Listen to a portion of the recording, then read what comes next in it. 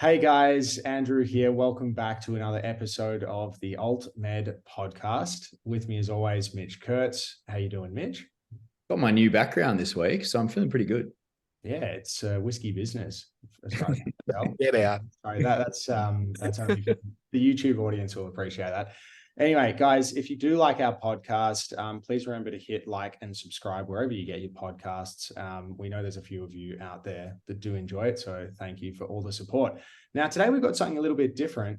Mitch and I regularly enjoy interrogating our guests on AltMed. But today we're actually throwing ourselves in the hot seat, and we've done a collaboration with Paul Donahue from Give and Toke podcast. So in a moment's time, I'm going to hand over to Paul to run this. But Mitch, are you ready to jump in the hot seat today? Yeah, well, you know what they say, the Lord giveth and the Lord toketh away. So I'm ready for this, actually. Well, on that note, over to you, Paul. We're off to an absolutely cracking start here. I don't know how I'm going to keep up with the absolute, the banter. We've got the Archbishop of Banterbury driving in the Bantmobile here. I don't know how I'm going to do this, but I am incredibly grateful to have you guys on the show today. While there are many feathers to your respective caps, none is more relevant than the fact that you both host Australia's premier cannabis podcast. So it's great to welcome the Podfathers themselves. Now, we're going to talk about quite a few things today. I want to talk about Phytoca. We'll dive into the AltMed podcast and your experience with that. We'll talk about Australia's cannabis industry. But first, I've got to know, Andrew, what is it like to be on the other side of the microphone? Do you do other podcasts very often? I think this might be, we've had a couple of collaborations so far with AltMed. But yeah, generally speaking, we're throwing questions each way. But I know that today I was sort of going through an experience of reflecting on, geez, we're going to have you unpacking everything about Mitch and I, and that was a bit of a terrifying thought. But yeah, in short, no, this is the first time I've been in the hot seat, and I feel, very, I don't know, very humbled to hear you describe AltMed as the premier podcast, because it sort of at least indicates to me that it's not just mum and dad that are listening. So I'm very grateful for that. They do have it on repeat. I heard get the Spotify playlist up, but I must jump in and say though, we did do a collab with Joseph from Fab. We did a couple of episodes. Shout out to Joseph. Yeah, so we must credit where credit's due. We did do that, but possibly lighter on the interrogation vibes that I'm getting coming through at the moment. So this will be interesting for us. Yeah. Well, there is actually some talk about a Give and Toke friendly Aussie Buds collab in the pipeline. So, we're kind of, this industry can be very incestuous. So it's really nice to talk to you guys. Mitch, for you, is it more work to be the interviewer or the interviewee? Well, we're about to find out, aren't we? I'm going to chime in and say I reckon interviewee, because this man just loves to have a chat and will just ask anyone anything whenever he feels like it. So it'll be a bit more structured today, I reckon. Yeah, awesome. I'm not too shy, but it'll be interesting to see what comes up. Do my best. Actually, we started as, before we even started the AltMed, we got put on a podcast with Under Jungle with that was like right at the start. This is back 2020. Josh Savage.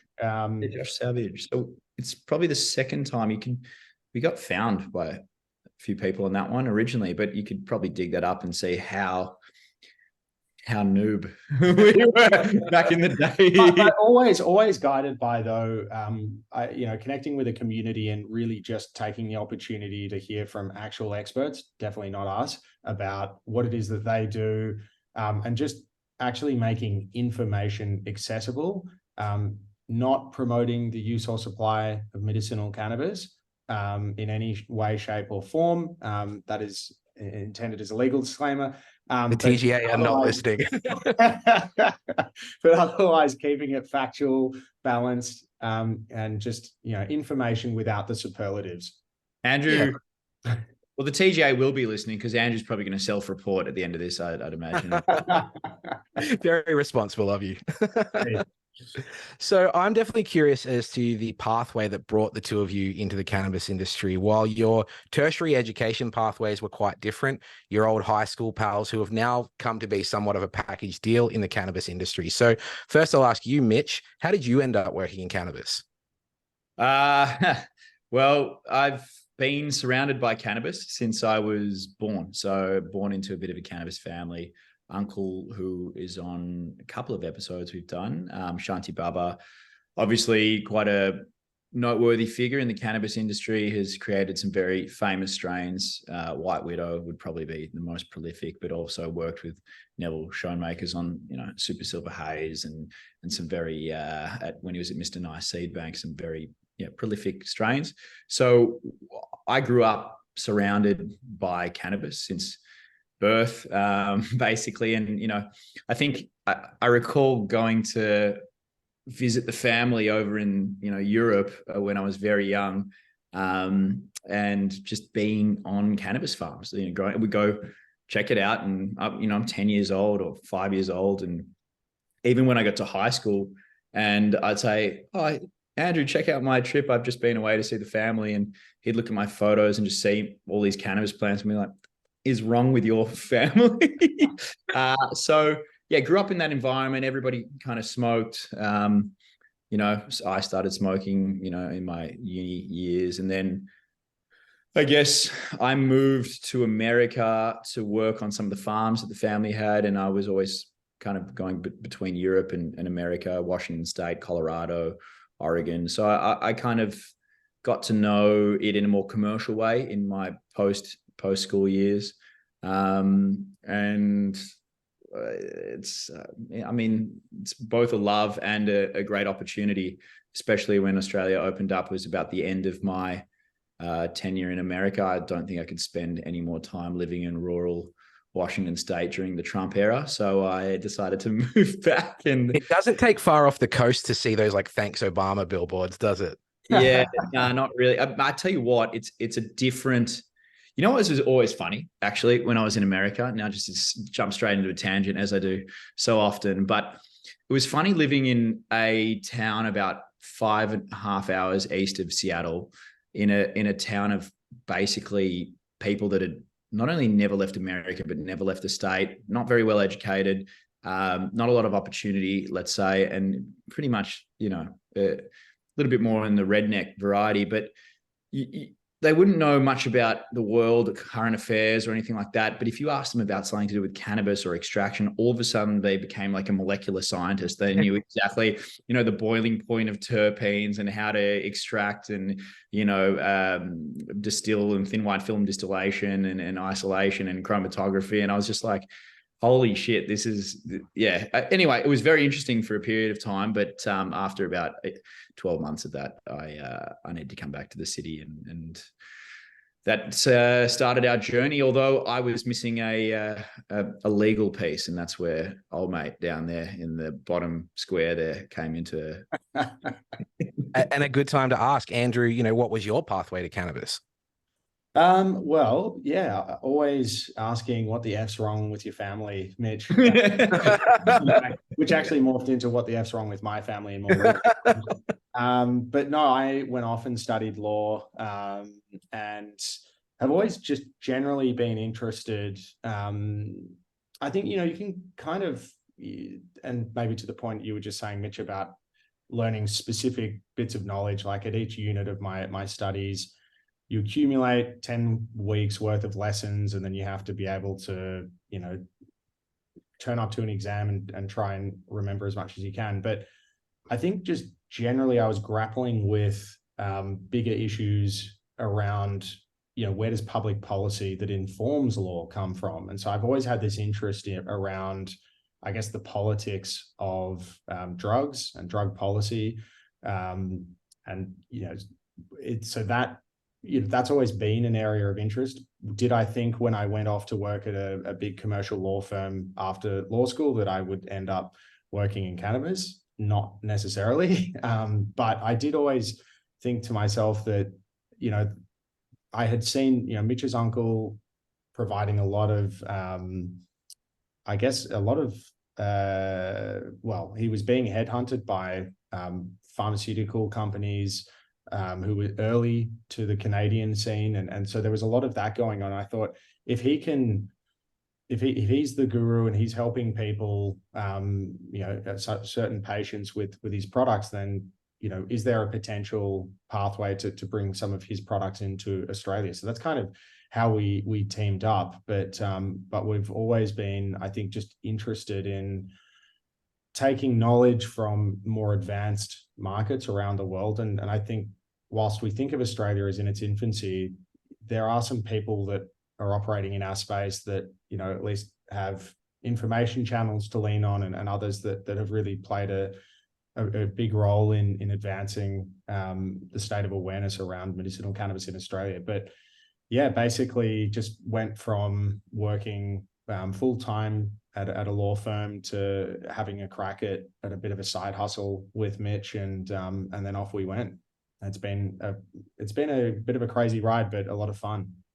On that note of open channels, there's a lot of talk always about, you know, the cannabis community and how open people are. Does that translate to the industry as well? Like, do you find that there is greater information sharing perhaps in the cannabis industry than others, or, you know, is that a bit of an illusion? I think that it depends who you're chatting to. Some people are very protective of their IP. Some people are more open. I think that we're probably personally ourselves on the more open side, and we gravitate towards people who are as well. I think that philosophically, I see the industry or business the same way I'd see, you know, nature or a garden. You know, to withhold is to perish. I think, you know, a flower gives its pollen to a bees. And while this sounds very philosophical and idealistic, I actually do think it's a bit like that. I think, you know, there is an element of growing together, and we gravitate towards people that think similarly to us. I think there is a good appetite for that in the industry. I don't think it's across the board. I think it's, you know, there's people like that I think people think that cannabis is this different space, and it's really not. It's going to be like any other industry with consumer products that people gravitate to, or on a, you know, mixture of price and quality and all these types of things. I don't think it's any different I don't think it's special in a market sense or an industry sense. I think it's special to us because, you know, we're all involved, but at the end of the day, it's going to become like alcohol or like, you know, medicine. It's still a marketable commodity. Yeah, exactly. And it's also, you can't, even if you had all the time in the world to just devote yourself, you can't actually just know everything. You know, the fact is that a lot of these companies in the space, particularly if they're vertically integrated, are dealing on a day-to-day basis with cultivators like growers. That has its own niche around knowledge. There's people involved in the manufacturing side, extracting. There's doctors, pharmacists, and other healthcare professionals. So there's really different silos of knowledge that sort of all sit within the one umbrella. And I think that you know, I guess the curious minds among us are the ones that are, you know, really kind of want to have a chat with anyone at any kind of area of the industry, because you kind of just want to see a different perspective. But yeah, that's, and if anyone wants any proof of that, go through the AltMed catalog, and I'm sure indeed the Give and Toke catalog will give a range of views from a whole lot of people from either side of the spectrum. Yes. Just to cap off on that, I often say, people ask me about getting in, you know, starting a cannabis company and getting involved. I said, you know, if we were so protective over our stuff, we would never have started AltMed, because you're looking at, in a weird way, you're looking at our Phytoca business by looking at our AltMed podcast, in terms of, we bring all the people that we deal with in Phytoca to AltMed to help give people an understanding of the faces behind the companies, and an understanding of, you know, the genesis of AltMed for us, you know, philosophically, I guess, was that, you know, there were a lot of people talking about, you know, big pharma's out to fuck us, or you know, the government's against us or whatever. And I'm not saying in certain cases it's not, and I'm not saying prices aren't ludicrous and there's not gouging, there's not bad actors and all the rest, but at least not everybody's like that. And I think it was a way for us to leverage our network and insights to bring people and companies to the surface, so people could actually interface with it and say, okay, you know what, I like this doctor, I like this brand, that resonates with me, or you know what, that's not quite my thing, I'm probably not into that, and just kind of, you know, demystify the unknown and give some people a bit of a glance on the inside who might not otherwise have the opportunity to see that. So, The big pharma thing is interesting. Like even yesterday when I posted my latest episode on Reddit, the conversation started about how we're not able to have a reasonable conversation about harm reduction with alcohol, with gambling. We seem to accept these things in Australian culture and then get really upset with cannabis. And a lot of the responses were like, it's big pharma, it's big pharma. Now, while big pharma are responsible for a lot of woes in this world, I don't actually think they're as much of an adversary in Australian cannabis as people like to think.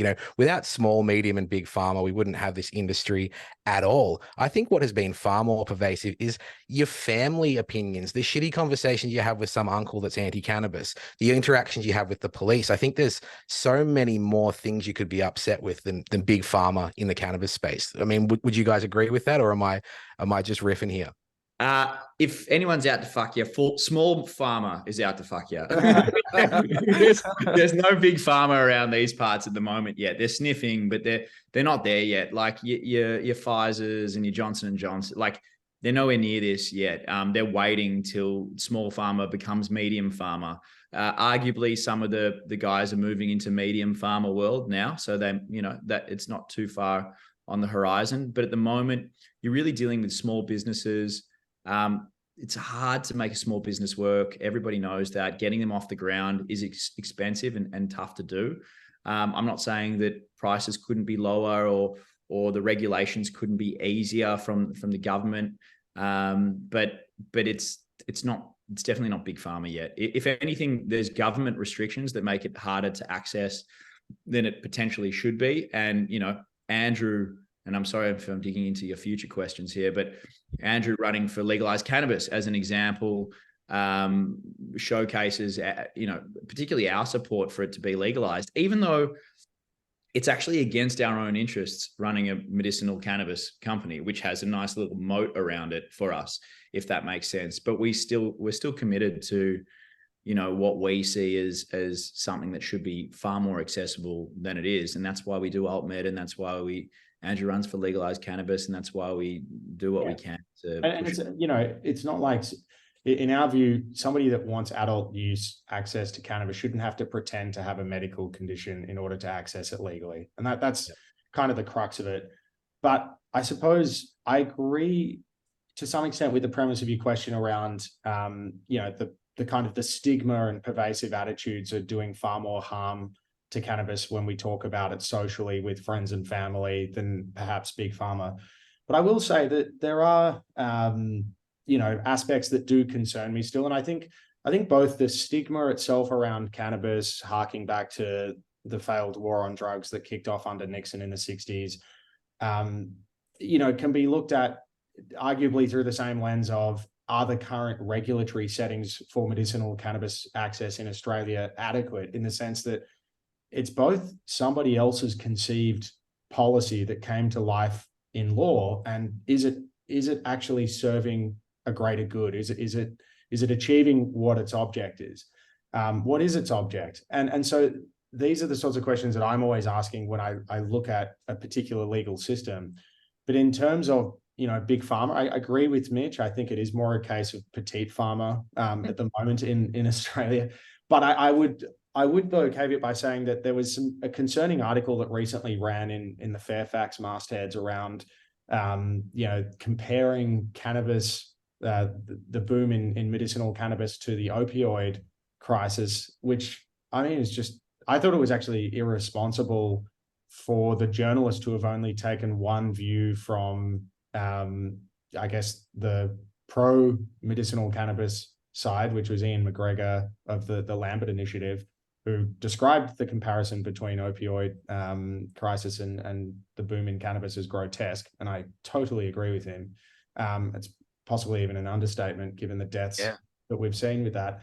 But one of the few voices that was given a platform in that piece was Michael Vagg, who's the former head of the Australia-New Zealand anaesthetist, so the head of basically pain medicine in Australia. Now, this is a guy who, by his own admission, has actually put out disclosure statements on articles that he has written where he acknowledges the fact that he gets paid to do speeches and lectures at events that are sponsored by, you guessed it, the company that sponsors OxyContin in Australia.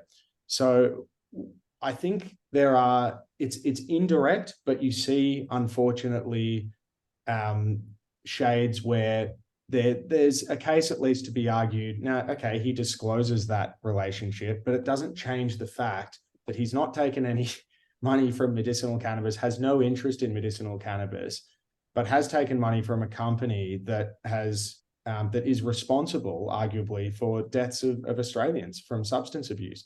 So I'm not buying a lot of what I would describe as his so-called expert class, what they're necessarily putting out there. I think there's always going to be question marks about, where are follow the money behind these people.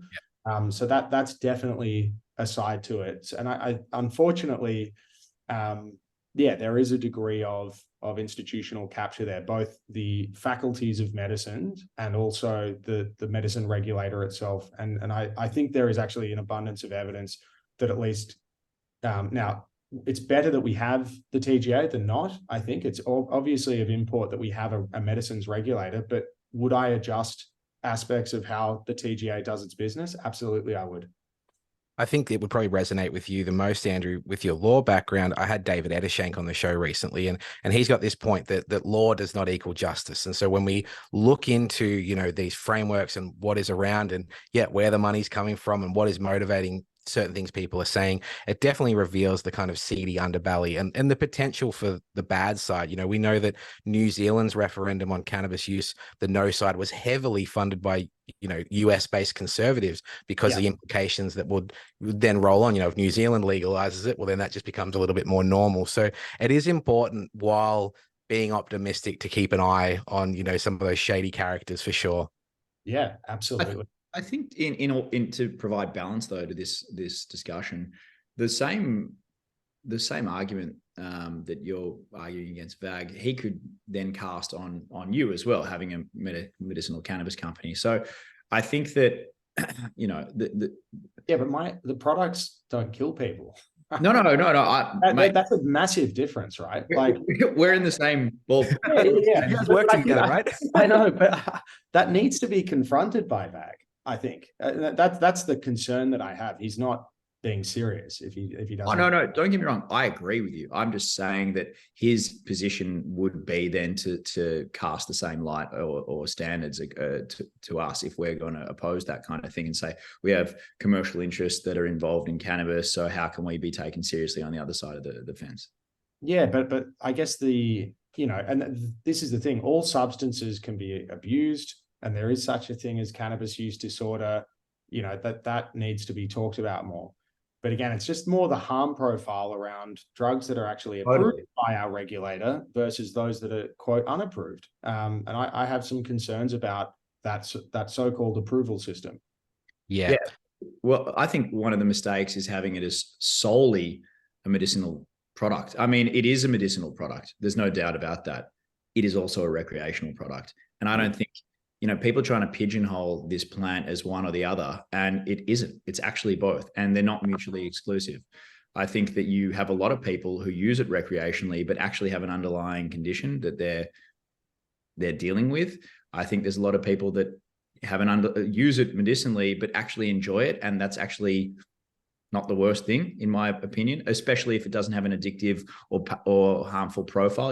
There's people that enjoy opiates as well, but that's not really a pro-social outcome, especially for one, their health, or two, their interaction with wider society. And I think those are the main things that I look at a substance and judge personally what I think is beneficial or not beneficial to society, whether that product, one, does harm to the person taking it, and two, inhibits them from being a functioning contributory member of society or their greater community. And I don't think cannabis inhibits that personally. Definitely. And that's really good food for thought because as someone who does use cannabis medicinally, I've also thoroughly enjoyed Canada's recreational market, working in it, going to Thailand for a couple of weeks. And, my clinic follows me on Instagram, and I almost felt naughty that I was like uploading bud pictures that were purely for like, for recreational joyous purposes. But, that is the point. There is a space for both of those. Like I know that I've replaced antidepressants with CBD flower, but then there's a bunch of other fun stuff to go and try as well. So there is definitely some balance there. Now, we've mentioned quite a lot of things that I want to circle back to, the AltMed podcast, legalized cannabis run. But first, I actually want to talk about Phytoca. So Mitch, tell me more about Phytoca. What is it? How did this venture come to be? And what are your roles? Yeah, sure. Phytoca started off originally as we started off as CBD pharma, realized that was very limiting and also potentially Terrible not, name. yeah, potentially not compliant name even, unless we were talking about the fact that we're based in the city, which it wasn't the case. That's what I always understood it. Yeah, exactly. We are very metropolitan, cosmopolitan kinds of type of stuff. So we quickly changed that and rebranded. I guess the genesis for us obviously started with the family, and I'll give you as I said, the genesis, and then I'll be honest about where we're at with that, because I don't think we've fully realized our original plan, if I'm just being transparent. Because of the nature of where I come from and the family connection, we do have access to some pedigree of plants that are more interesting, let's say, than potentially other ones out there. So when we're talking about High Times Cannabis Cup winners from the 80s and 90s, before it got a little bit more pay to play, and not just the seeds, but actually the plants that actually won, they're still alive. They're generating seeds, and we have the ability to bring some of those to market that have a lot of original genetics from Northern Lights, the Hayes family, the Widows. So you got to go back in time to when we started this thing, which was actually 2017. We registered the company. We got our licenses in 2019. We started trading at the end of that, about 2020. So at the time, it was and it still can be, but it's come down a lot. At the time, it was very expensive first off, it was very difficult to figure out how to get cannabis at this time, 2017, 2018, 2019. It was then highly expensive to see a doctor. So you're talking about doctor consults in the 500 plus range. It was then, if you did manage to get it, because not everybody was getting approved at the time, it was very expensive to procure actual products. You're talking about thousands of dollars for, CBD oils, $400 plus. There wasn't even flower yet, really. There were THC oils. There was maybe one or two flowers. It was just not, it was a totally different market. And we're thinking, shit, we got access to, sorry, I've skipped a bit. And once you did access that product, it was very generic products. Like we're talking about just pure CBD isolate products and things like that. And, strains that are not very interesting and potentially don't have a big terp profile or minor cannabinoids or acidic cannabinoids and the rest of it. So real basic stuff for a really high price and a lot of difficulty accessing and, a lot of stigma battling and all the rest. So the worst thing we thought in our heads was that somebody went through this ordeal and at the end of that got a subpar product that actually, was inferior or even worse, didn't work very well. And then they said, well, what is this cannabis about? It actually doesn't work. And it's like, that's the worst case scenario where somebody's actually having a product and it doesn't do anything. So for us, that was, well, we've got access. We should, do everything we can to bring this out and make sure that people understand the true genetic potential of cannabis. So that was the, let's say, mission statement. Now, starting out and just, building a pharmaceutical company from scratch with not a medical background and just kind of finger in the air type situation and just do it as it comes was very difficult. We're self-funded because we wanted to make sure that we weren't compromised in terms of what we were trying to do. So that whole pathway, it was a big learning curve. And as part of that, we had to basically realized that there were a lot of regulatory hurdles and things that we had no idea how to combat. And as such, well, mainly we couldn't actually get THC out of Europe, which is where my family's sitting. We couldn't get it out of Switzerland because it wasn't legal for export. So we could only get the CBD products, which is the start of what we started doing. We couldn't actually do anything THC. So we had to basically fill out our THC offering with other things. So we haven't fully executed our original idea yet. It's in process, and we are actually on that pathway. We're doing quite well, but we've managed to curate a bunch of products that we stand behind, that don't necessarily have the full vision of our genetic lineage that we're trying to execute, but that we are happy to use as a kind of interim measure. So that's me coming clean on where we're at as part of our journey, but at the same time giving you the original intention and the ultimate goal as the kind of the North Star for what Phytoca is meant to be about. It's been a very interesting journey. I guess I'm responsible for a lot of the sales, the day-to-day, and the operations. Originally, it was, Andrew and I just doing a lot of late nights originally. And then when I went full time after 3 years of both of us working other jobs and side hustling and spending, 15-hour days, I finally put me in, and I was kind of running the show for the last year and a half. Andrew still isn't even in the business full time, but I'll let him touch Lazy. on that. Lazy is that's a great way to put it. I'll let most lawyers are. No. But yes, TGA, if you are listening, Mitch just confirmed that he does sales, so he is responsible for promoting the use or supply of the products. But basically, to healthcare professionals exclusively, I should say. I haven't said anything about products, have I?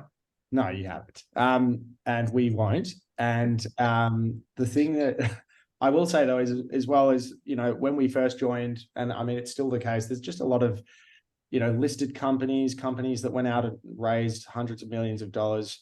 We've kind of done this whole thing with our own money. We haven't taken big external investment or anything like this yet. So that's also been a part of it. It really did start as a side hustle. And, yes, there's been pain involved in doing everything yourself. But at the end of the day, it's meant that we've retained, I guess, our ownership of it and been able to call the shots. And we don't get bogged down by, having a committee of investors and all these people that have to dictate what decision we make next. And so we're a pretty flexible company, I guess, in that respect. And it's Mitch's, just to echo Mitch's point, that the end game is being able to supply the genetics from Mitch's uncle. So we'll have flower, different product types available from that. And really, really kind of working our way towards that. It's very cool. It sounds like there's a lot of integrity kind of in the long-term plan, but also making sure that in the meantime that you still kind of keep that, even if something's a placeholder, that it's still high quality and it's still something worth putting out there. Because I think it's nice for people to hear that the companies that they're potentially buying from care about what the end product is going to be, what their experience is going to be. Is it going to work for them? Well, yeah. I think integrity is important. And I think business, especially getting a business off the ground from scratch, there's a lot of hurdles that you just never foresee. Currency conversions from different countries, like all sorts of stuff, hurdles with imports, border force, regulators changing the rules, GMP, all this stuff. So we have tried to stay within integrity as much as possible. And if there's things that we've done along the way that maybe veer from that a little bit, I at least try to be very honest with the customers and or the doctors and the companies we work with about that, and say, look, this is something that is not the full realization of what we want to do. It's down a rung, if I'm being honest, but we're going to tell you about that. And we still have chosen the best we can at this time, but there's business imperatives that that require us to keep moving forward, and we need to juggle, those imperatives with what we're happy to do. And I'm going to be honest about it, at least along the and we're honest about what our true north is, and where we're actually going with it all. Yeah, I think that we're never going to do anything that's just absolute dog shit. but if we have to kind of juggle if we need to take this step to get to that North Star, that's kind of how we at least rationalize it. And there's been a couple of those on the THC side, not on the CBD side, but on the THC side. And hopefully it's assisting us getting there, because we're able to build a base and provide value still in a way that helps us get to that next level for us in that business. Does it kind of make sense? I don't know if I'm... No, 100%. Like, it's really clear that you guys know where you want to be, and you're still trying not to cut corners whilst you're on the way there. There are some sacrifices and compromises that need to be made, but that can't be at the expense of the consumer or, the patients, for example. Yeah, I think some companies can be super hardcore about their values, and some can let it go completely and just, go for the dollar every time. I think that the reality is that it's, somewhere in the middle, and we try to stay on the top side of that middle, but there are things that along the way, were they my ideal situation? No. Am I okay with what we've done? Yes. Can we make it better in the future? Yes. But I just hope that people kind of, we never really talk to people about that other than the people involved in our kind of distribution and networks and the doctors we deal with. And hopefully we hope that it trickles down to the patients or consumers, however you like to look at them. But I haven't really vocalized that before, so it's good. Well, Andrew, I know that in addition to your role at Phytoca, you've been working with Cannatrek, who is Australia's largest producer of medical cannabis. How have you found that experience, and how has it informed your understanding of the industry? Yeah, Cannatrek's a great company. So, over 7 years, they've carved out, being basically the biggest in the industry. I think the last pharmacy market research data that I saw had them at 35% market share, which is just an enormous achievement. But yeah, look, Cannatrek's also a very busy company. They're doing lots of projects, some of which I can talk about, which are in the public domain, but have just launched a digital health platform, My Eden. And I think, when you're coming from a company where you're just focusing on ensuring that there's ample supply of your product to meet your customers' needs, to going to a full-scale company that has multiple business units, I think you kind of start to see, really the potential in this industry. There's just so many different areas to work within, and I know Cannatrek is very actively looking at a lot of them. Including they've got a division PetCan now, which is working with vets to assist them. So it's been really it's been a great experience working with them. And it's a pretty big company now as well. There's like 120 odd staff, I think, possibly even more than that. So it feels maybe a step above Petite Pharma now that I think about it. But they're a good bunch in there. So it's been been really good for my learning. Mitch, I know it's not just cannabis as an alternative medicine that has piqued your interest. I understand you're also passionate about the therapeutic uses of MDMA and psilocybin. What have you come to understand about the potential of these substances? You mean in my own personal experience? Personal capacity. Personal research, yes. There was this music festival ages ago where I really realized the therapeutic potential. Look, so there's, beyond the cannabis seed bank in the family, there's also a spore bank. So there's 120 different spores and strains of mushrooms that are available to us. So, that also whilst it's less of a passion project for me specifically, mushrooms, there's a lot of interest, and I think there's a lot of benefit. And arguably the data that exists is actually more convincing for MDMA and psilocybin. So it also has not just a treatment facet, but almost a curative kind of element in the research data that's emerging that suggests that MDMA and psilocybin could actually be a 1 or 2 kind of dose thing, and then hey, you're actually dealt with a lot of those specific issues. Now, there's still a lot more research that's required to actually prove that, but that is the underlying notion that has allowed these things to be rescheduled as a Schedule 8. Now, I'm not saying no, exactly. It's the potential that somebody might not be prescribed something that just masks symptoms, but it's actually going to the root cause of what might be the issue. And I think, whether or not that's actually born out of research studies or maybe true for a particular individual, just the mere potential for that to be entertained in our current climate, I think gives us all a reason to to watch the progress of it. But it's a really exciting and interesting area of emerging medicine. It's always good to have your lawyer on hand just in case you say something that's but just to clear the air and go on the record, I wasn't suggesting that it is curative. I'm just saying that I think that there is research to suggest that that's the potential. Yeah. There's potential.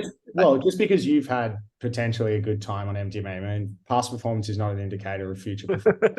Let's just put all the disclaimers in. That's for sure. I can actually vouch for.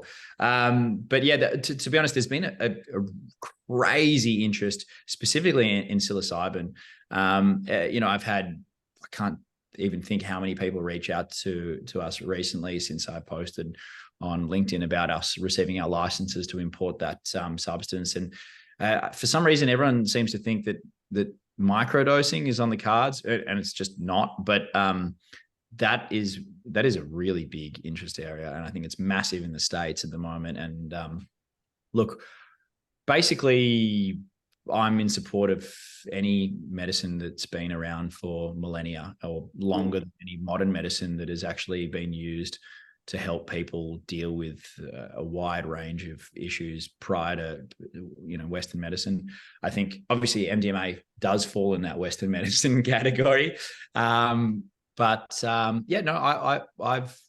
had it before. I know that I actually understand. I've actually had all of those medications. I haven't had them in a medical atmosphere, but I have actually had them, and I understand their potential, let's say, from a personal use. I had them though outside of a clinically supervised setting. And I think that's the part of it that I feel interested in, is that there's not too many medicines that actually require there to be a healthcare professional on hand. Obviously, anesthetics and there's others, but it will be interesting, given that there is, at least we have to acknowledge as a fact, that people have used these substances outside of clinical supervision, that might that be a frontier one day, that you could be prescribed these products and use them at home at doses that are deemed appropriate by the prescriber. I think that might sort of be the next stage, depending on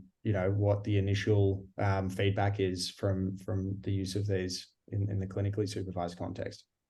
It's definitely an interesting and exciting area of medicine and just human development. I know, again, very anecdotally speaking, but in Canada, microdose mushrooms were widely available and you could get them sent to your door. Now, hypothetically, if I were to have ordered one of those and get them, I might have found that each Saturday when I took a microdose, it kind of did what I always wanted cannabis to do. Like the sense of relief that was created. I'm not, hypothetically, not looking to trip balls. So taking something light and taking a low dose and it being, a nice bright Saturday morning, it was really interesting to go, oh my God, like this little thing could actually replace a whole lot of different other things. And I'm talking about cannabis. A lot of people are going to replace pharmaceuticals. I would actually replace a lot of cannabis use with effective psilocybin treatment.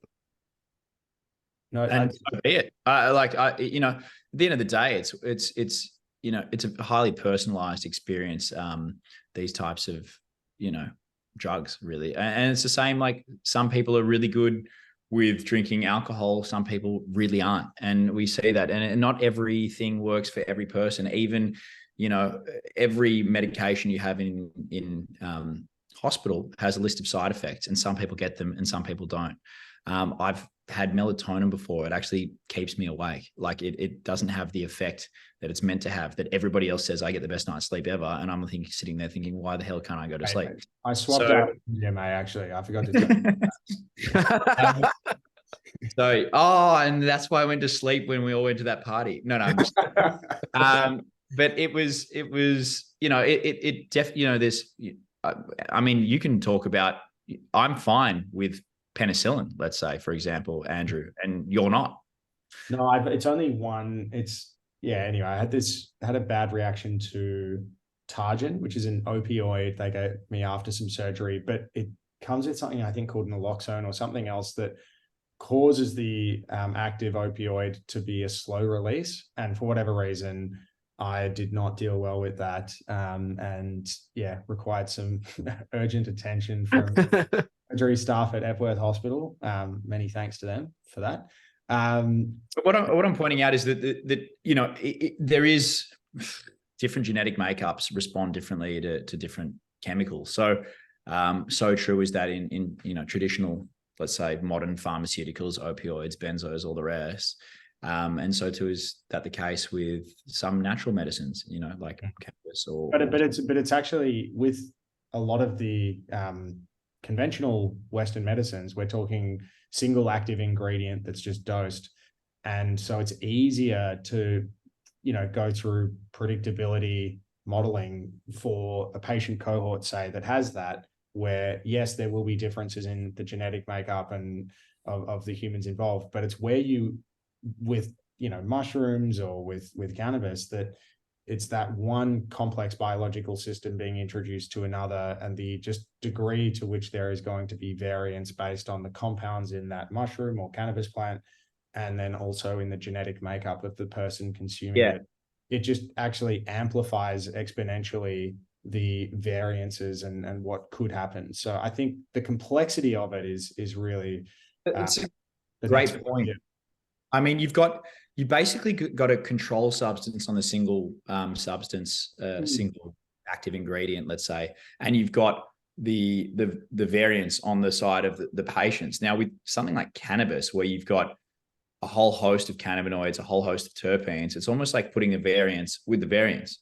So it's not the same kind of that's what makes it so complex, and that's what makes the results so hard to track. And that's part of the problem that the TGA and modern medicine indeed is trying to deal with. The fact that you can have a heavy indica or a heavy sativa doing completely different things to patient cohorts, but yet they're both just considered cannabis, or just the THC is really what they're looking at. And it's like, no, this is going to have vastly different effects. And the kicker is, if you try to remove all that other stuff and just make it THC or just make it CBD, it nowhere near has the effect that you want. So it's really a kind of pointless exercise, which is why we've seen so many of these Schedule 3 CBD, trials not do so well. It's a funny old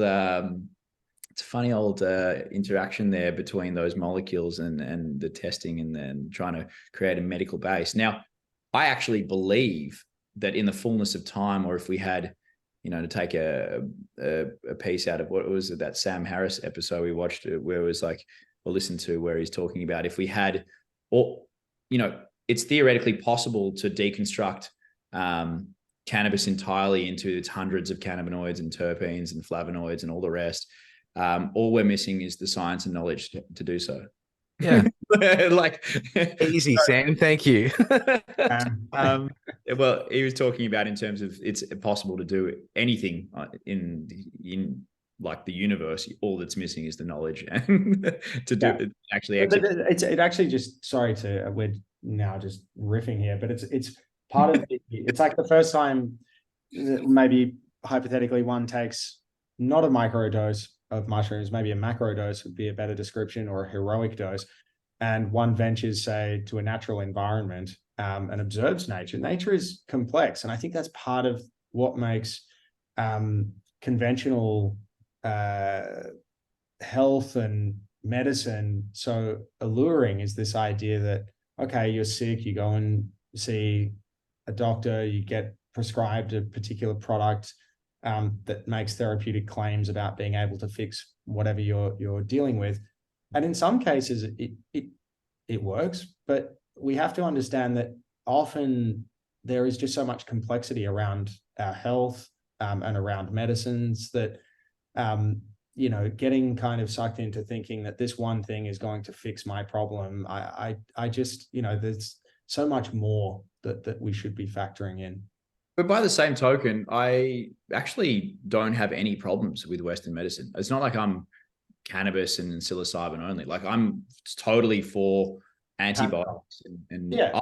Panadol's my favorite, but we've been through this. I love paracetamol. They still don't know how it works, but there's been, some studies to suggest that actually it works by triggering receptors on the endocannabinoid system. So that would actually, kind of play into our whole aesthetic. But I knew there was a reason I always liked paracetamol specifically. But yeah, I'm not against, pharma at all. I just don't think that pharma needs to beat up canna. Yeah. No, that's good. And I think on the notes of, Andrew mentioning potentially going outside and experiencing nature, just a quick little PSA for people. A soccer oval in Brunswick, speaking from experience, is not nature.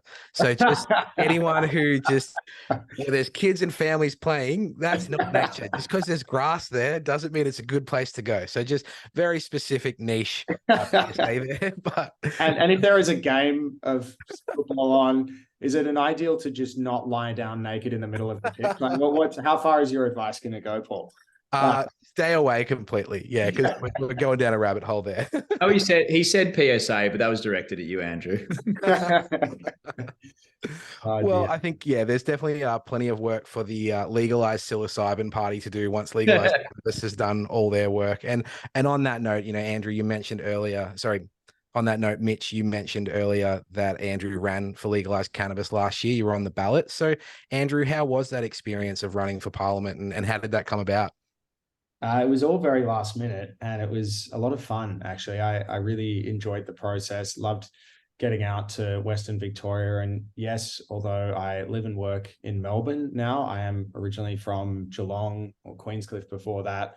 My dad's from Ballarat. So we're kind of, and my grandparents before that. So we have a kind of connection to different towns. My parents actually now live down on the Great Ocean Road. But just kind of embraced it, went out, met a whole lot of people.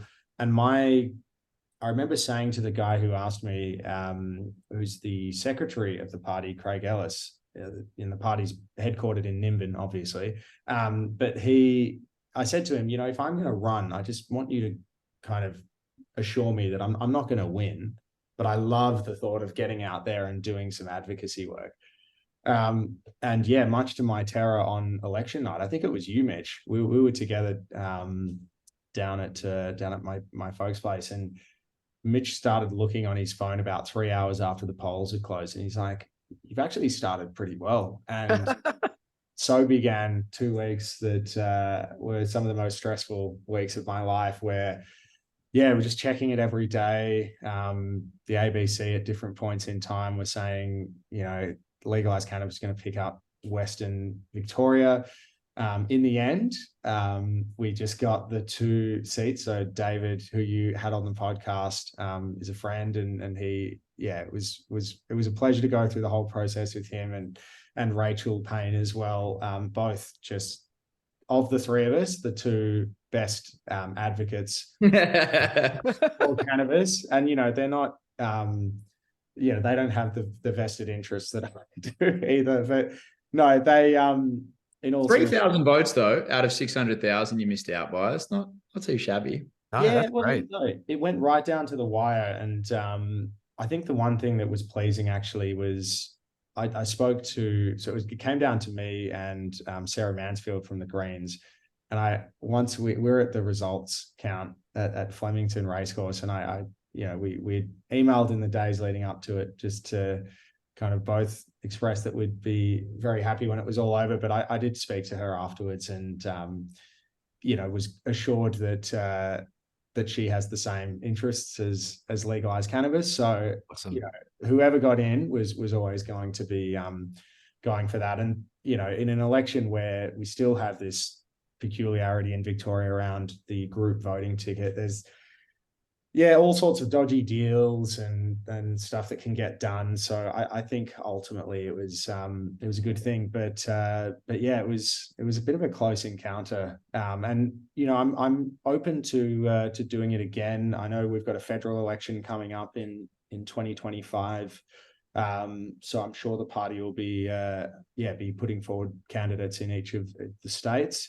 But yeah, overall the party picked up something like 5% of the primary vote across the state of Victoria, which is way beyond what I thought we'd get. And so, yeah, to the extent that they think that I can help advocate the cause, I'm certainly open to running again.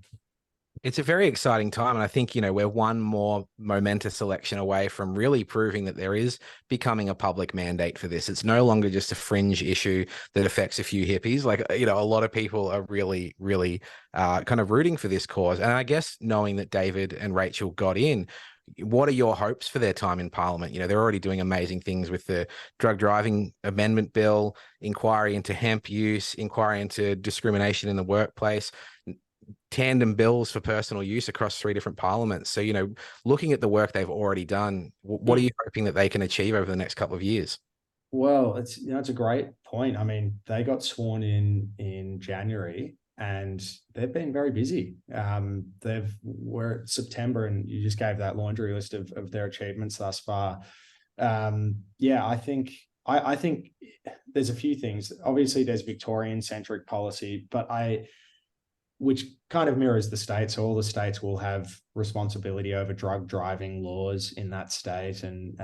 But I think, workplace testing needs to be addressed. But I'm also just interested generally in the fact that, okay, yes, there's no one in federal politics yet that has, been elected from the party, but we can kind of see across Australia, we've got 2 legalized cannabis members in the upper house in WA, in Sophia Momond and Dr. Brian Walker.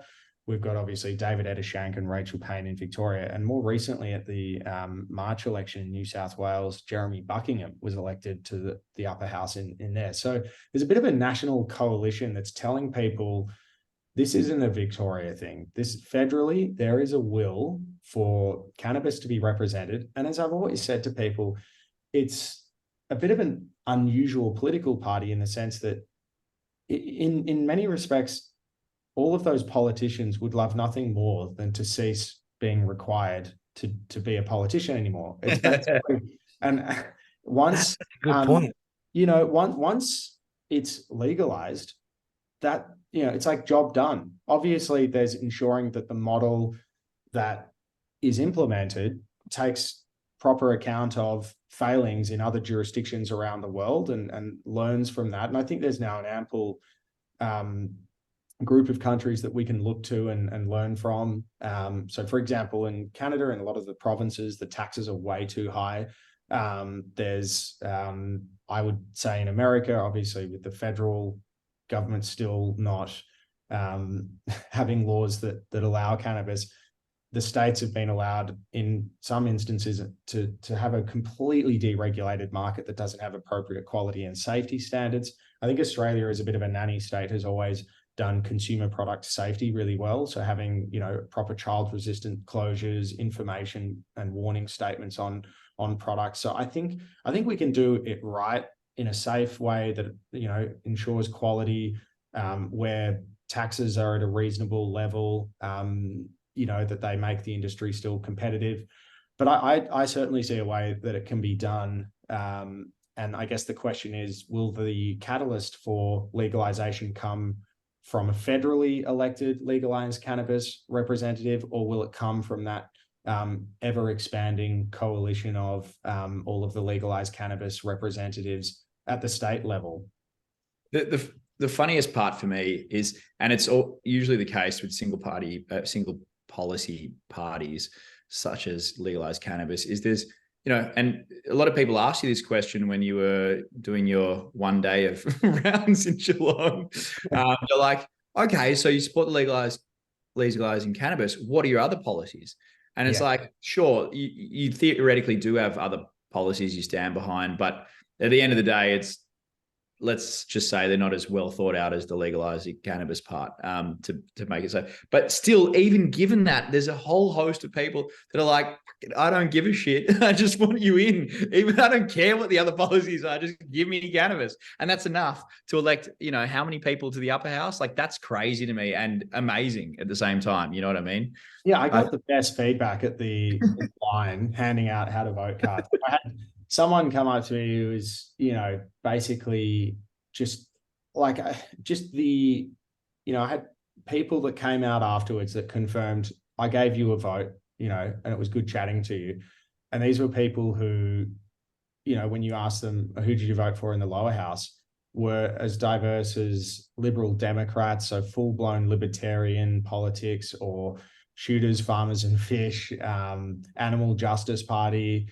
But, it really, it's just one of those issues that sort of cuts across both sides of the political spectrum. So, it is really interesting. And I know what you mean, Mitch. It's also, though, there's perhaps an argument to say that the right candidate, if they're approaching that single issue with the respect and nuance that it deserves, is likely then to apply similar outcome-based policy thinking when being engaged in policy discussions about matters to do with health or education or some of these other topics.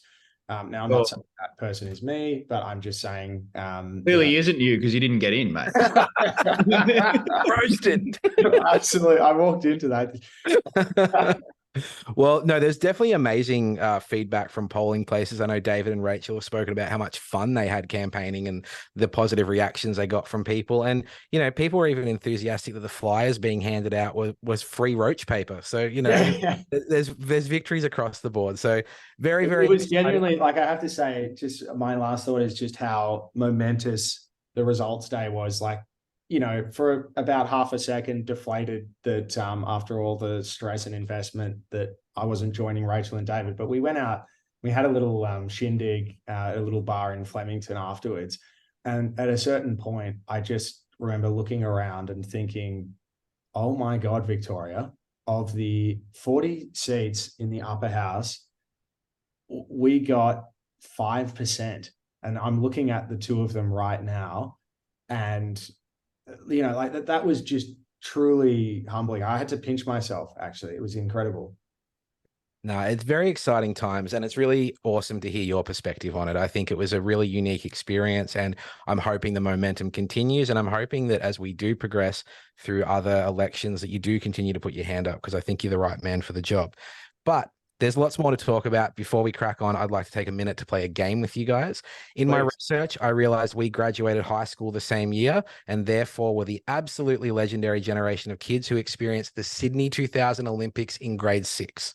Now, grade 6 is already an important year of primary school, probably the most important year, but the Olympics took that to a next level. And I had a kid in my class whose dad ran with the Olympic torch. So it kind of made it pretty special. So it's burnt into my mind. I hope it's in yours as well. And long-winded introductions aside, I'm going to pit the two of you against each other in a competitive head-to-head battle of wits trivia game about the Sydney 2000 Olympics. He's going to win. Andrew's a trivia freak. He's an absolute freak. I'm not going to... Actually, I am going to win. Sorry. Well, to avoid any latency issues, I'm going to direct each question to you in an alternating fashion. If you do not know the answer, the other person can steal the opportunity to take that point. So, Mitch, as you are often credited second in the AltMed podcast, you're going first. Okay. All right. Mitch, question 1. Oh, sorry. No, please, as you were. Mitch, question 1. How many nations took part in the 2000 Sydney Olympics? Was it 169, 199, or 420? Well, the obvious one's 420.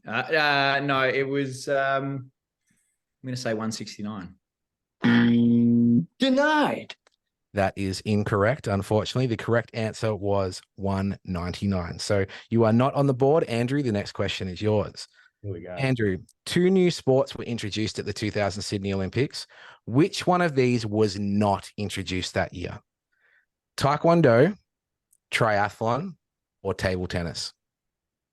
Table tennis.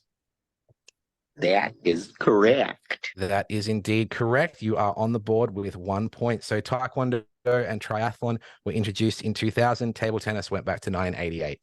Mhm. Mitch, who won the medal count at the Sydney 2000 Olympics? Was it the USA, Russia, or Australia? You've got to say USA, don't you? That is correct. That is indeed correct. It was the USA with 93 total medals. So 37 gold, 93 in total, beating Russia, who were right there. So, Mitch, you've got one. Andrew, you've got one. Next question. Ian Thorpe won 5 medals at the Sydney 2000 Olympics, 3 gold and 2 silver. Andrew, how old was he at the time? 15, 17, or 19? 19. Denied. Unfortunately, the correct answer was 17. Old Torpedo was underage. What an absolute beast. All right. Who's that freak that just has smashed all Phelps's record, the 400 meter? There's a 21-year-old that's doing it at the moment. I wish I cared as much, but I'm not in grade 6 anymore, so I don't watch. Yeah, exactly. Sorry. I'm so sorry. Yeah. All right, Mitch, you're going to hate this one.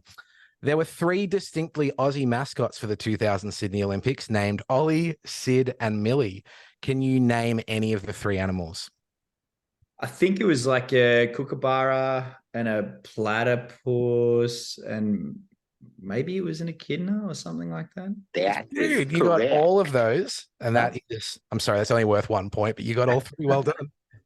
Animals. I like animals. All right, Andrew, for the first and only time, 2 countries entered the 2000 Sydney Olympics under 1 flag. There's no options for this. Can you name these 2 countries? So 2 countries entered under 1 flag. If he gets it wrong, can I answer this one? You absolutely can steal this one because there's no options. I remember this one. No, I'm going to pass.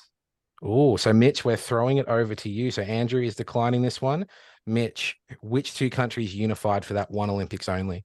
Only because I have an obsession with the hermit country do I know this happens to be North and South Korea. That is correct. You are absolutely spot on. You stole that one. Nice one. You are now actually in the lead, Mitch, 3-1. Oh, Beautiful. All right.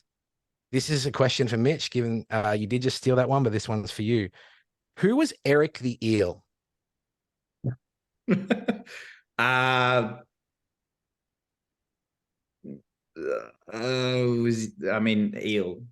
Water. Was he a swimmer? Yep. Oh, yeah, you're halfway there. Andrew, are you interested in stealing this one at all, or is this unknown to you as well? I'll have a crack. Water polo player? No, not at all. So I'm going to give half a point to Mitch. Eric the Eel Musambani was a swimmer from Equatorial Guinea who took nearly 2 minutes to swim the 100-meter freestyle.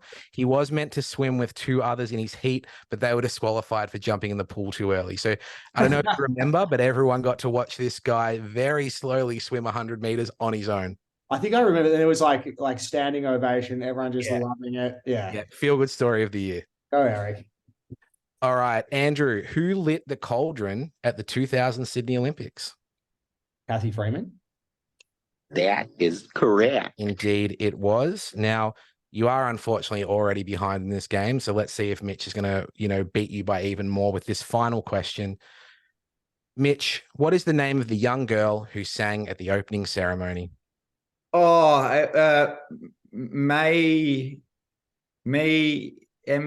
MEI, something like that. I can't remember the rest of it. You're way off right now. Nikki Webster? I'm wondering if I could send this through the wind from you to me, flying through the wind from you to me. Andrew, you got any ideas here? No, I was thinking of Nikki Webster, but that is correct. That is correct. She sang a song called Under the Southern Sky, and then later on came out with her smash hit single, Strawberry Kisses. So Oh, that leaves you with 3, Mitch with 3.5. Mitch, you are our winner today. Well done. even though I thought there was somebody saying, maybe I was thinking about that lip syncing thing that happened, but I can't remember. Ashley Anyway. Simpson wasn't at the Olympics. What are you talking about? I think I'm getting my Olympics confused. Actually, Quite an aficionado over there. I'm just stoked I beat Andrew. Like that's huge for me. It ended up tight. I'm not going to lie. I did not think you had it in you to name mascots, and you got all 3. That was genuinely impressive. Yeah, that was in, mate. I was in year 6.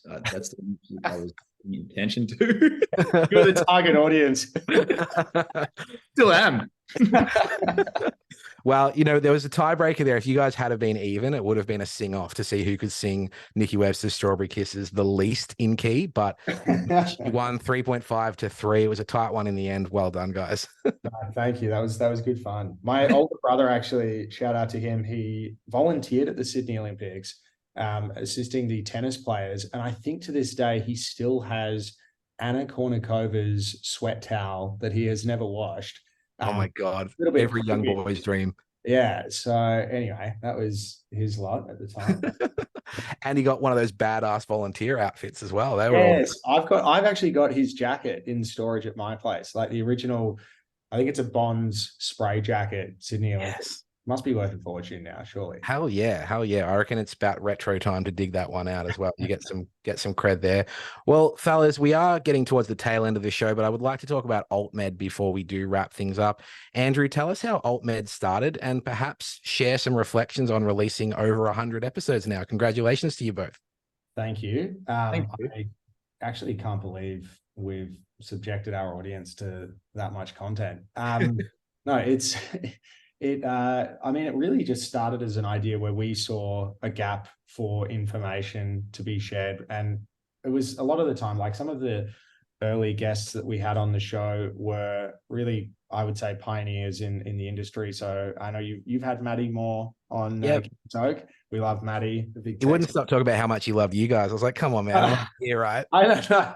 You're in the bromance too now, Paul. It's but no, we love Maddie and like, Asper from Ducasa, like she was at the time running one of the and still is, but it was one of the early big medicinal cannabis dispensaries. So we thought that a lot of the people that we were meeting in the industry were really interesting. We weren't sure if that would necessarily translate more broadly, but we just decided to, and it was COVID as well, right? So what else was there to do but jump on Zoom calls?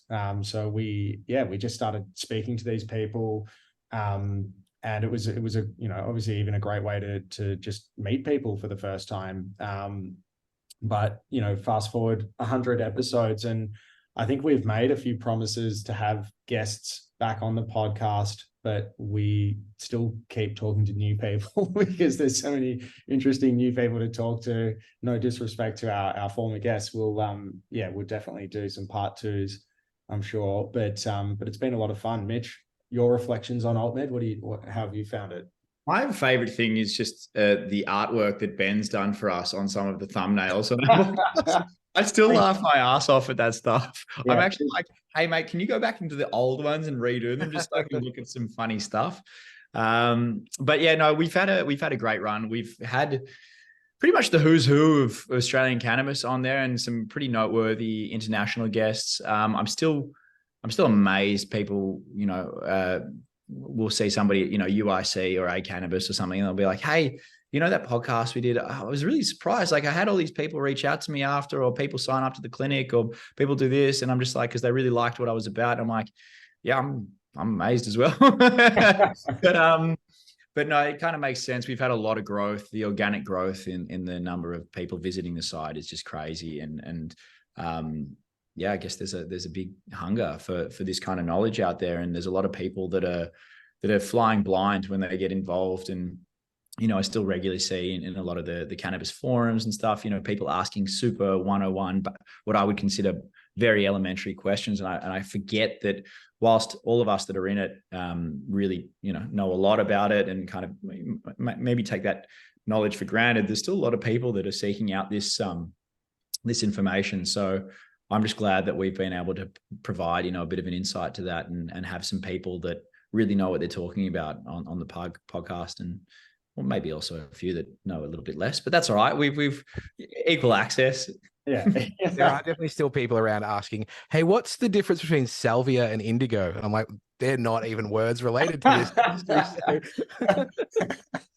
Yeah. No, totally. I mean, there's definitely some more elementary, let's say, podcasts that we've done, some basics, and then there's some really kind of more highbrow stuff, especially some of the ones with the chemists talking about certificates of analysis and extraction methods. And remember Ethan Russo and Bonnie Goldstein. Like we've had some amazing international guests as well. And yeah, it's, I guess, never underestimate the power of a conversation, right? Like the long form podcast is now, I've got so many podcasts that I listen to and follow. It's genuinely, we sometimes walk away from some of the episodes that we record, including this one, I'm sure, where we're just like, that was actually a lot of fun and a lot of insight. Actually, we probably won't from this one because it's largely been about our own. No, I was going to say that's why it's the best one. Yeah. We're finally sent to the least insight. I mean, you mentioned a couple of great episodes there. I actually met Mitch after you just recorded Bonnie Goldstein, and he said, I think we've just done the best episode we've ever done. And I love Ethan Russo as well, because I think, correct me if I'm wrong, Ethan Russo doesn't consume cannabis, right? He's just an expert in it. Is that right? I actually don't. Did we? I don't know the answer to that. I don't know the answer to the consumption side, actually, if I'm being honest. But he does know a lot about it. He's a fantastic resource in the space. Couldn't tell you if he consumes it or not, actually. Yeah, forgive me if that's misinformation, but I'm 90% sure that that's accurate. And one of the things I love about him, and someone we need kind of more of, people who are like espousing the benefits of cannabis or just the facts about it, that aren't necessarily sitting at home toking, because we do lose a little bit of cred sometimes with the stoner joint philosophizing. So it's nice to have those people on board. Totally. I'm wondering, one of the things, I'm only a quarter of the way to the output that you guys have put out there. But one of the themes that keeps coming up for me with my guests is the need to take risks, to put yourself out there, to maybe lose your reputation with your family or your workplace, or really put yourself. Yeah. What are you guys noticing coming up as the common themes amongst your guests? That's an interesting one, actually.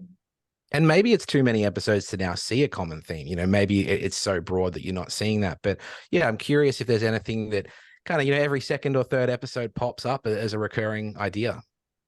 There's different themes that seem to emerge depending on the type of guest. So I think it's not the same thing with everyone. There's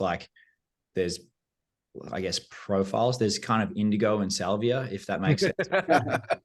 It's kind of like we definitely have guests that are a little bit more interested in, say, promoting themselves. We have guests that are very on the regulatory tip and looking for legalization or promoting, say, access, especially more of the quote unquote black market guests or less people not involved in the medical market are very pro access and legalization. We have people that are very pro patients, patient health, more the doctors, more the pharmacists are very much interested in the science and pushing forward a medicine they've seen, change lives, that they've been practicing medicine for 30 years and all of a sudden they've got this new tool in their toolkit. So they're much more patient focused. So it really kind of just depends.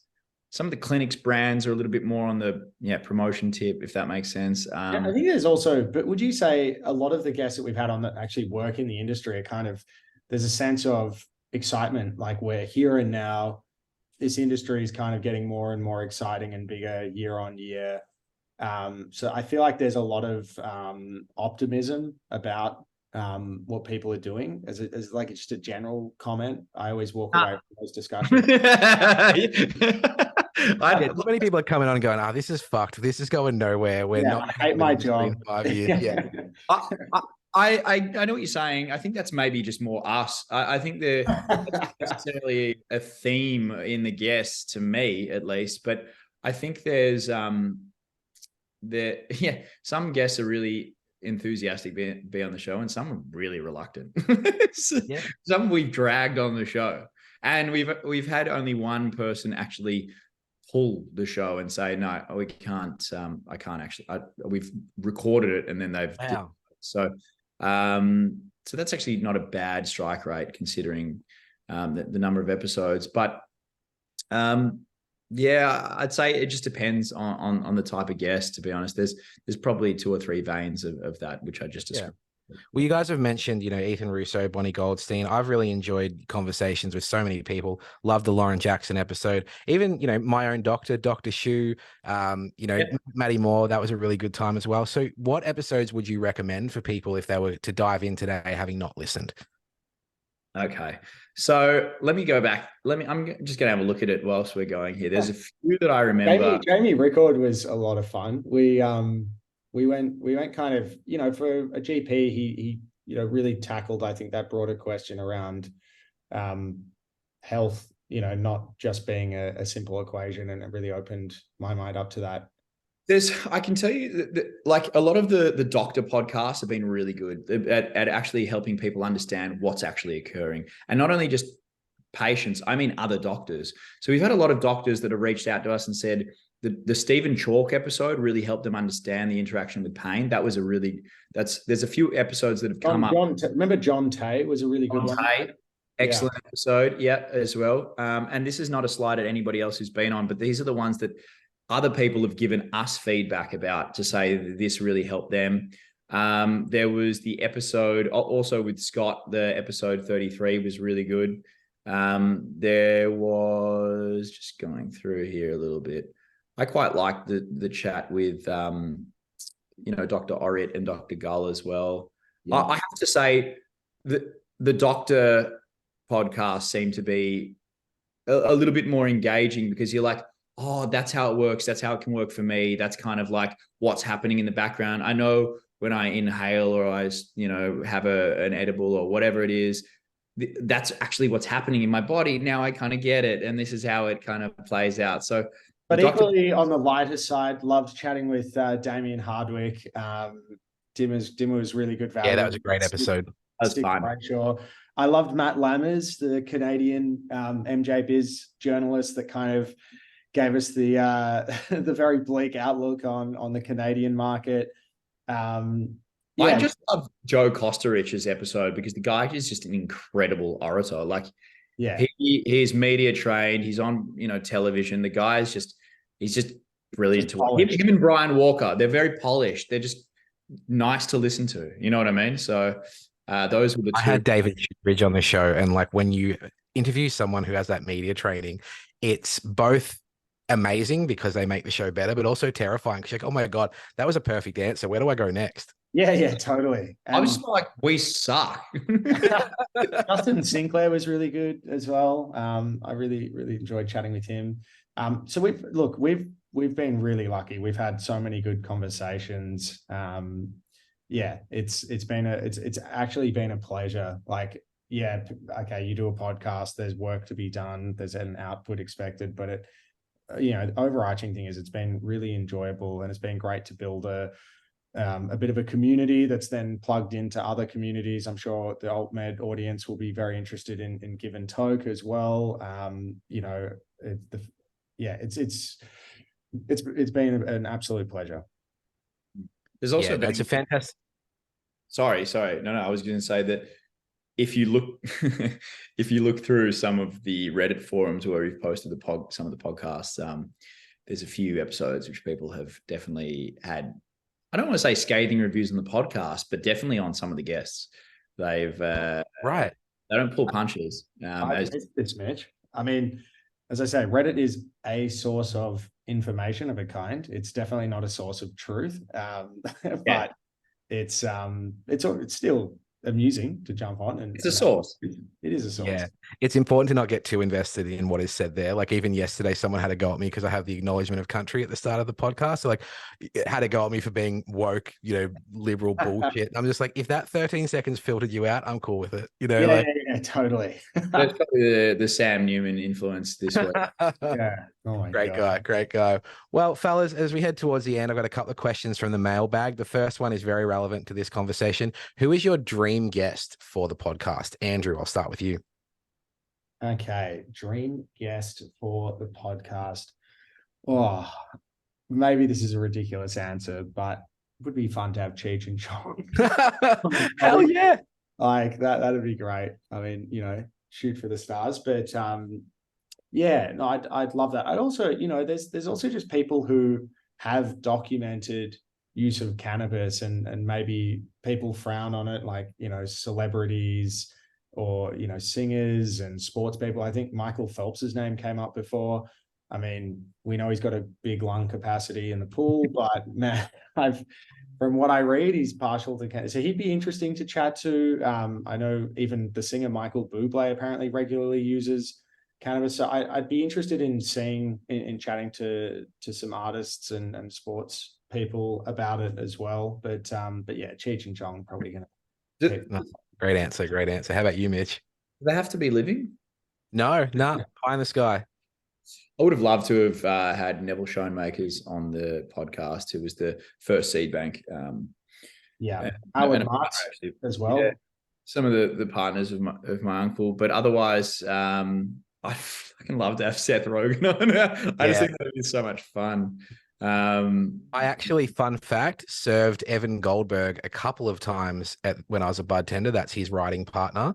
And both times after I'd served him, someone else had to come and be like, dude, that's the guy that works with Seth Rogen. Because at the time we had Seth Rogen and Evan Goldberg's houseplant weed on the shelves before it was discontinued in Canada. And yeah, they're definitely cannabis royalty in Vancouver there.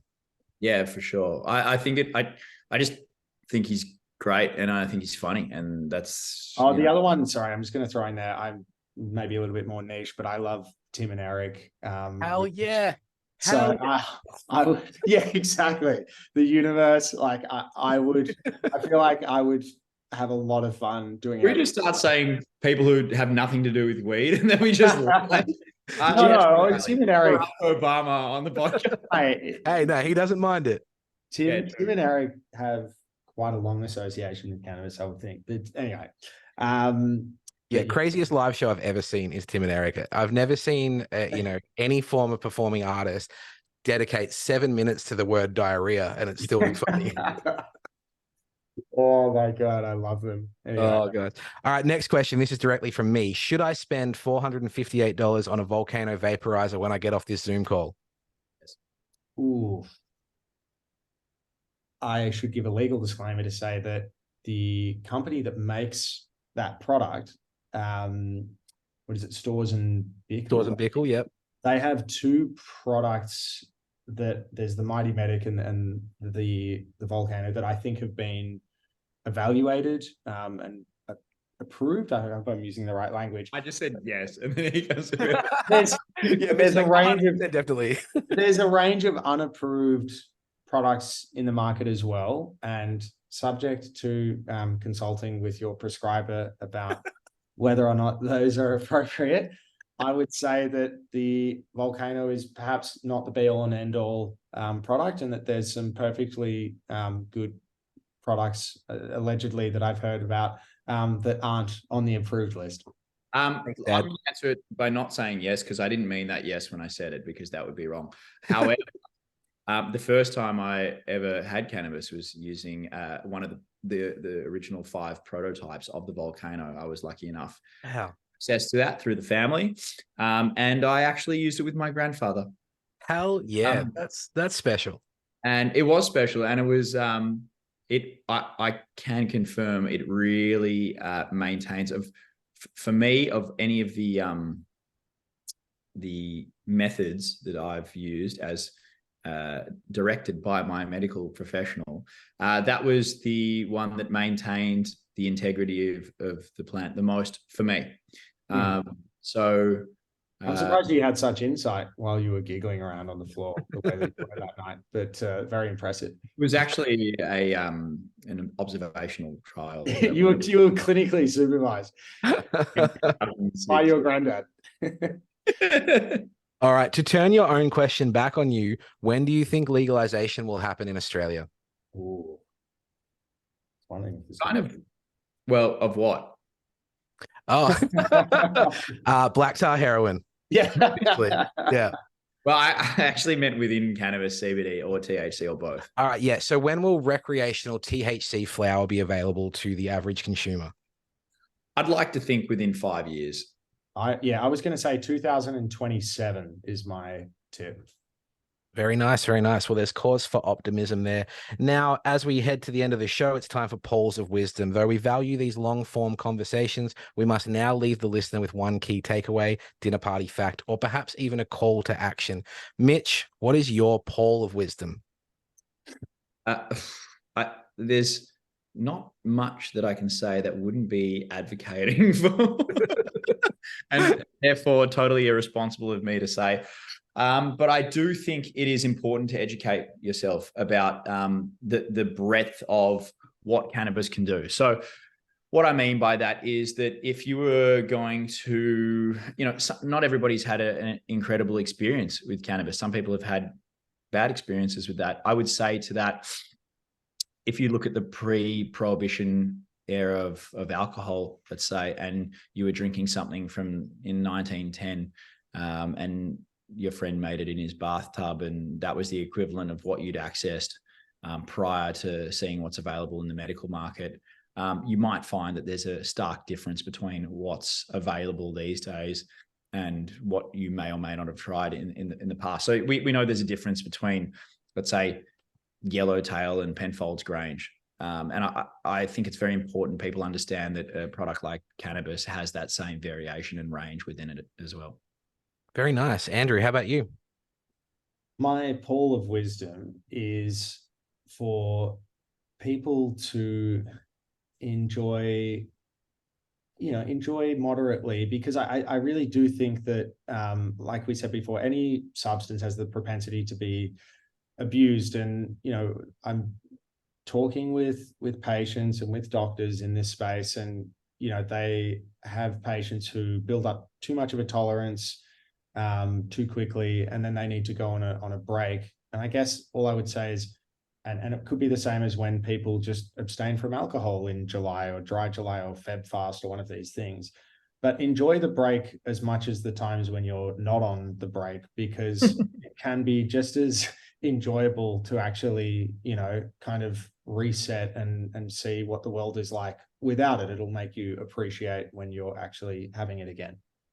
Well, I'm hearing themes of conscious consumption there from both of you. So what a lovely note to end the show on.